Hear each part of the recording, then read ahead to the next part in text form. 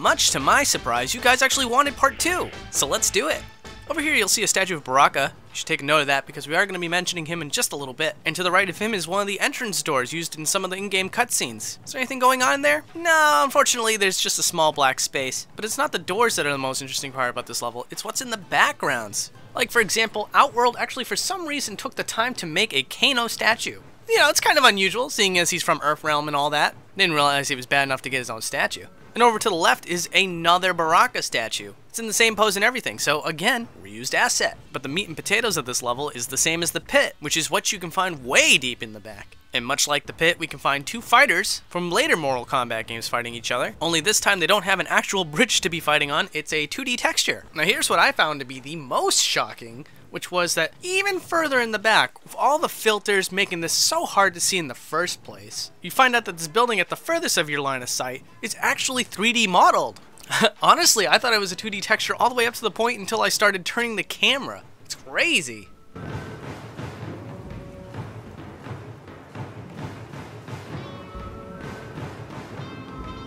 Alright, now we're checking out Shang Tsung's throne room. And I couldn't find much about this. I just wanted to show it off to you guys. It's pretty much why it didn't show up in part 1 in the first place. It's just rainy. Rainy and dark. You can see a couple plants back there, which again is another detail that you wouldn't have seen all that easily from playing the game normally. But aside from that, not a whole lot to it.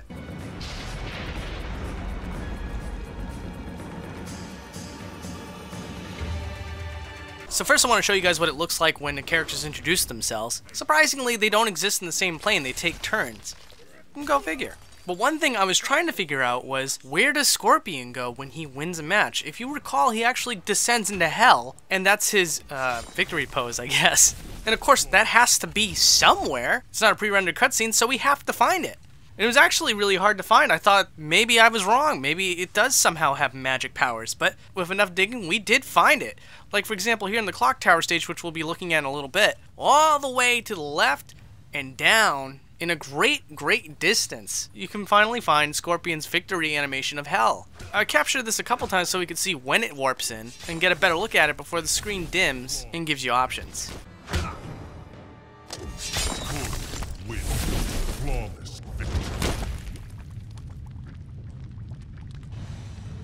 Alright, so now we're checking out the subway stage, and the first thing I gotta admit is that there's a lot of small details to the subway. There's ID numbers on objects that you'd never be able to see, among many other things. But what's the most peculiar thing about the subway is that there's a blood trail outside the boundaries of the level. It looks like it was meant to be shown after a stage fatality, but this is never shown to the player. I guess it was just part of a scrapped idea. And another funny thing too is that when you start to hear the subway train, that's when it's loaded into the map, which is a little silly because you don't see the train immediately, so it's just kind of sitting there waiting to match up with the audio.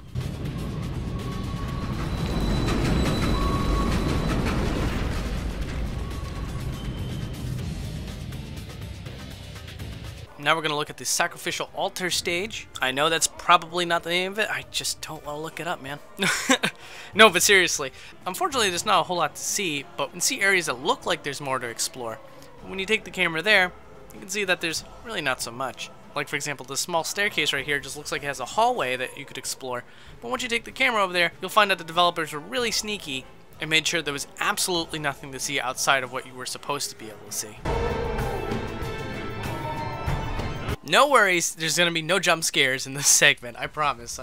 Very sorry about that in the last episode. This time around, I just wanted to show you what happens when you do an eagle's eye view of the crypt, because it reveals the technical side to Mortal Kombat 9. And you see this a lot in open world games, but when you get to a certain area of the crypt, only then will certain elements load in.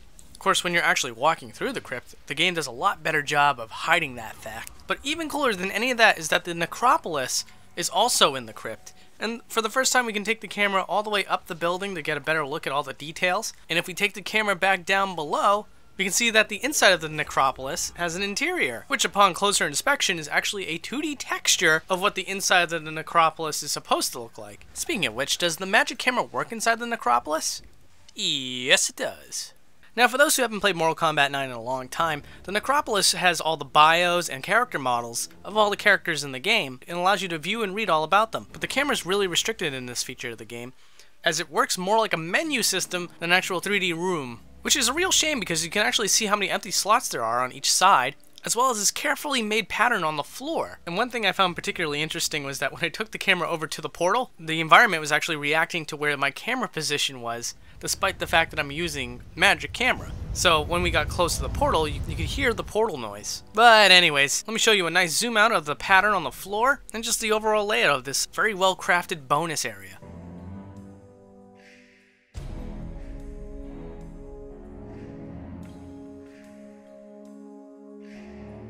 Now this was one of the most gorgeous stages in the game, but they managed to pull it off in such a simplified way, you'll quickly begin to notice that all the areas that are just lit on fire are in reality just 2D fire effects, with no additional details behind the walls. But I'm oftentimes reminded by my own viewers that stuff like this is interesting in itself. Just because there isn't anything new or exciting beyond the walls, doesn't mean revealing the smoke and mirrors behind this level isn't interesting in its own right.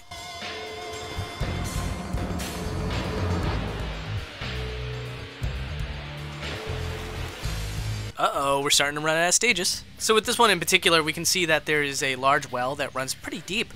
It's actually really surprising considering the fact that the lava stopped you from seeing anywhere close to the depth on this thing, as you can see right now. And also, this stage has a lot of reused assets. This time around, we got the fat, bald, blind guy doing some smelting.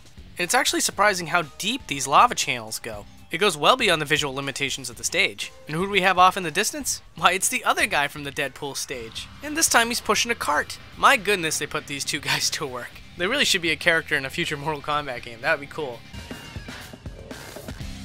Ah, we finally did it. We've made it to the clock tower. Nice.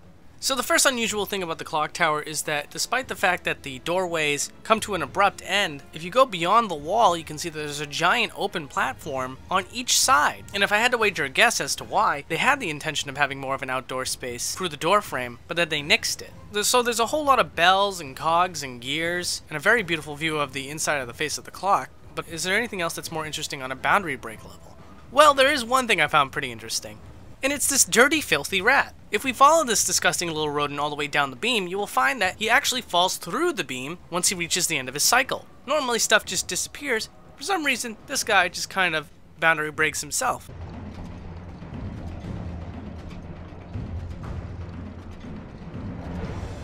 Well, that's the episode, guys. Hope you enjoyed Boundary Break in 2016, because 2017 is only going to be that much better. Why? Well, for one thing, I'm planning on doing Super Nintendo games. Yeah, wrap your head around that. Trust me, it'll be fun. I also learned how to do certain N64 games.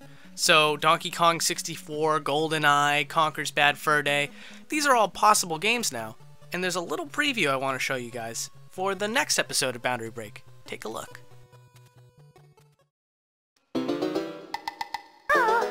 Uh-huh.